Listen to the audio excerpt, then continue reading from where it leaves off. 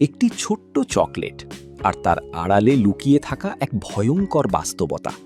মাত্র ২০ মিনিটের স্বল্পদৈর্ঘ্য চলচ্চিত্র চকলেট এখন বাংলাদেশের দর্শকদের মনে নাড়া দিচ্ছে গভীর এক প্রশ্ন: নিজের ঘরেও কি শিশুরা সত্যিই নিরাপদ?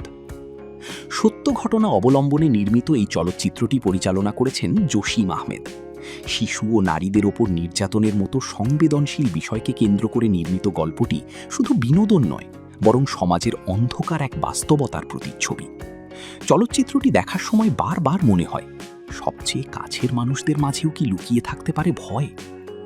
গোলাম ফরিদা ছন্দা, শতাব্দী ওয়াদুদ, আজিজুল হাকিম ও শিল্পী সরকার অপুর শক্তিশালী অভিনয় গল্পটিকে আরও বাস্তব করে তুলেছে। দেশের বাইরে যুক্তরাষ্ট্র ও ইউরোপের বিভিন্ন প্ল্যাটফর্মে প্রশংসা কুড়ানোর পর এখন বাংলাদেশের দর্শকরাও দেখছেন আলোচিত এই স্বল্পদৈর্ঘ্য চলচ্চিত্র।